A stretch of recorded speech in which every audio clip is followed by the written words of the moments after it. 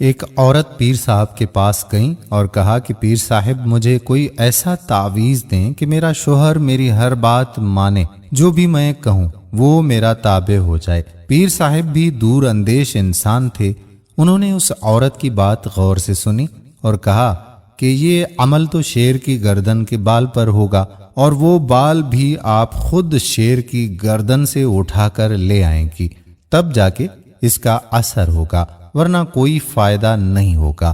وہ عورت بہت پریشان ہو گئی اور مایوسی کے عالم میں وہ واپس آ گئی اور اپنی سہیلیوں کو یہ سارا ماجرا بتایا۔ ایک سہیلی نے مشورہ دیا کہ کام تو مشکل ہے مگر ناممکن تو نہیں ہے نا، تم ایسا کرو کہ روزانہ 5 کلو گوشت لے کر جنگل جایا کرو، جہاں شیر آتا ہے وہاں ڈال کر اور تم چھپ جاؤ۔ کچھ عرصے کے بعد شیر کے سامنے جا کر ڈالو، وہ گوشت کا عادی ہو جائے تو تم اس کے قریب جا کر گوشت ڈالنا شروع کر دینا اور اس کی گردن پر پیار سے ہاتھ پھیرنا، اور شیر جب تم سے آشنا ہو جائے گا تو گردن سے ایک بال اکھاڑ لینا۔ اس عورت کو بات پسند آئی، دوسرے دن ہی اس نے گوشت لیا اور جنگل چلی گئی اور گوشت ڈال کر چھپ گئی۔ شیر آیا، اس نے گوشت کھایا اور چپ چاپ چلا گیا۔ اس عورت نے 1 مہینے تک ایسا ہی کام کیا۔ 1 مہینے کے بعد اس نے شیر کے سامنے جا کر گوشت ڈالنا شروع کر دیا تاکہ شیر کو پتا تو چل سکے کہ اس کی خدمت یہ کر کون رہا ہے۔ کچھ عرصے کے بعد شیر بھی عورت سے مانوس ہو گیا تھا۔ عورت نے شیر کی گردن پر آہستہ آہستہ پیار سے ہاتھ پھیرنا بھی شروع کر دیا۔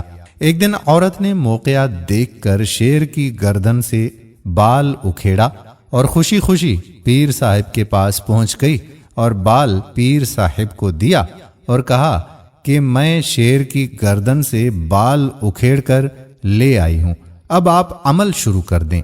پیر صاحب نے پوچھا کہ یہ بال تم کیسے لائی ہو؟ تو عورت نے پورا قصہ پیر صاحب کو سنا دیا۔ پیر صاحب مسکرائے اور کہا کہ کیا تمہارا شوہر اس جنگلی درندے سے بھی زیادہ خطرناک ہے جو کہ خونخوار ہوتا ہے، جس کی تم نے چند دن خدمت کی ہے، اور وہ تم سے اتنا مانوس ہو گیا کہ تم نے اس کی گردن سے بال اکھیڑ لیا اور اس نے تمہیں کچھ بھی نہ کہا؟ تمہارے شوہر کے ساتھ بھی پیٹ لگا ہوا ہے، تم اس کی بھرپور خدمت کرو۔